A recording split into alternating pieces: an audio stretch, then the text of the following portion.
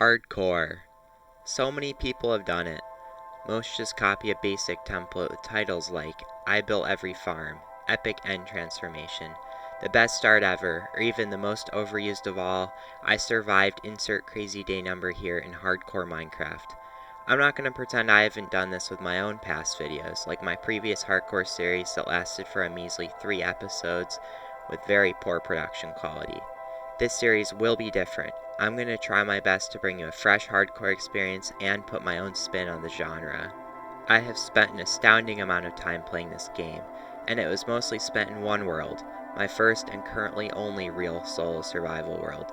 This of course was not hardcore, but still, I accomplished a lot, playing for over 7,000 days.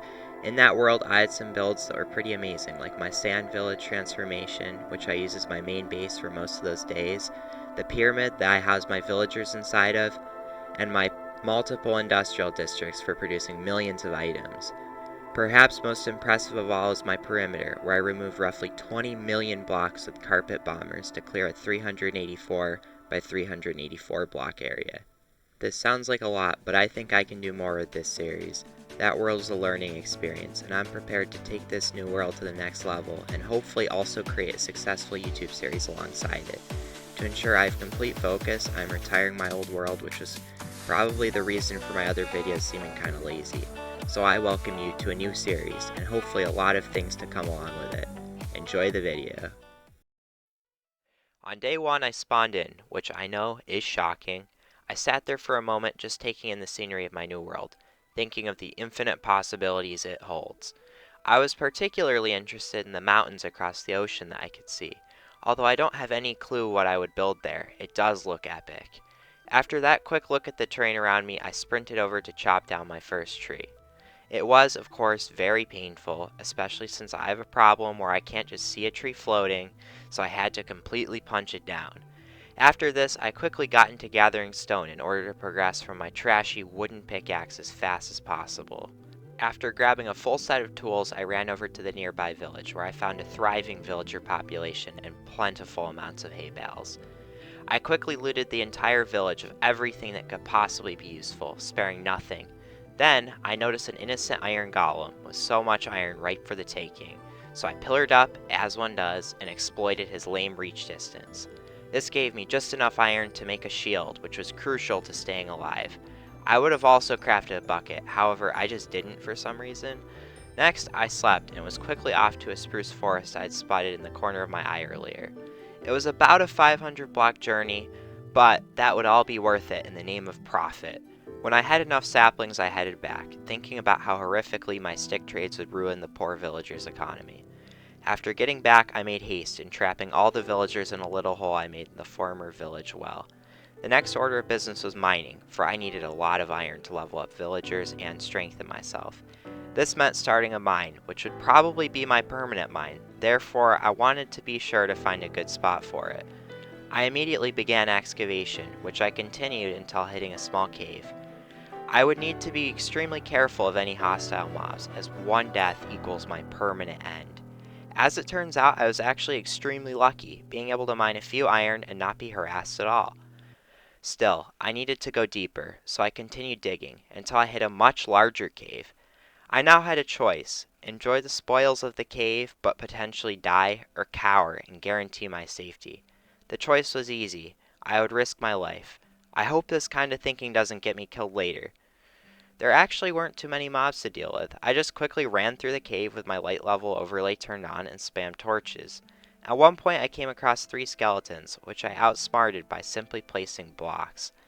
Only after lighting everything up did I begin gathering ores. This is probably what kept me alive. I went down one of the deeper offshoots of the cave only to find my first diamonds. After these wins, I chose to finally make my way back to the surface.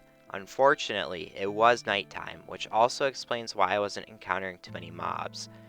Apparently, having a death wish, I just went up and sprinted through the village to my house.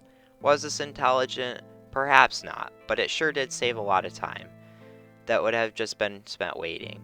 Back on the surface, I smelted my iron and went to chop down my first spruce tree. I then went to the villagers and created an entrance gate. Soon, I had a Fletcher, which I could trade all my wood in the form of sticks. This was my early game plan for emeralds after all. Emeralds that I quickly put to use in leveling up a toolsmith. After a lot of tree chopping and trading, I finally got my first diamond tool, which felt amazing for so soon off in my world. More profits soon followed, which I spent on fully maxing out the toolsmith. With these diamond tools finally under my belt, I began the long process of leveling up an armorer. With my diamond tools, this went much faster. My only problem was that the Fletchers were kinda catching on to my scam and were beginning to jack up their prices.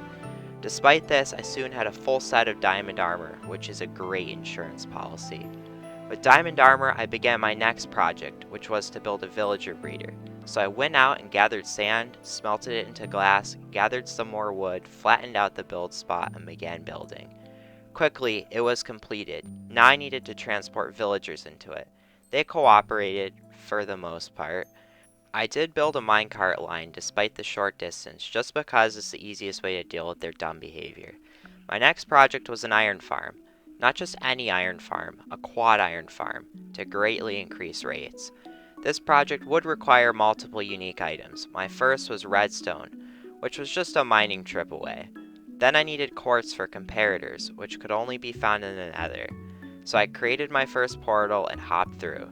My spawn wasn't amazing, so I just got what I needed and got out as fast as I could. Next up was the most annoying item, being slime. Slime can only be gathered from slimes who only spawn in caves occasionally or swamps. I ended up going to Chunk Base to find the nearest swamp, which sadly was about 2,000 blocks away. The journey was annoying, but soon I was finding plenty of slime. Once back, I just needed a bit of stone for the redstone components and for stone bricks. At last, I had everything. At least for the most part. I still needed to craft and gather everything into a chest. It took a little while, but soon I was ready to begin construction. I quickly built up the kill chambers and item collection system.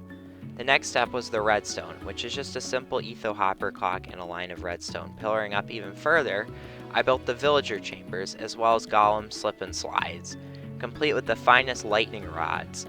I then built a terrifying dirt staircase to lure zombies up.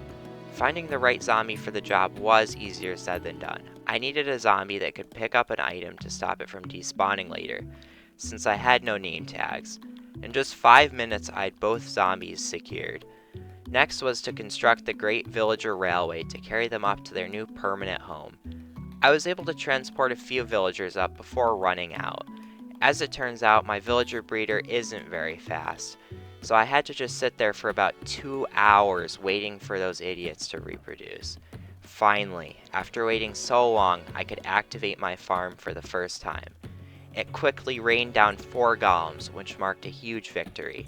I then had to quickly improve my budget edition storage system with the incoming iron. After just a couple minutes, I already had stacks of iron, which I could use for hoppers and to absolutely annihilate the villagers' economy. I also could now upgrade my sad shovel from stone to iron. All of this felt good, but what felt the best was trading my now infinitely renewable iron for as many emeralds as I wanted.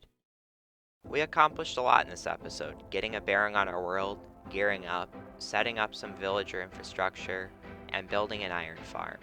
Still, there is a near infinite amount of things left to do, so I hope you will continue watching as I hopefully continue producing these videos. Please subscribe if you haven't, and I will see you soon. Thanks for watching.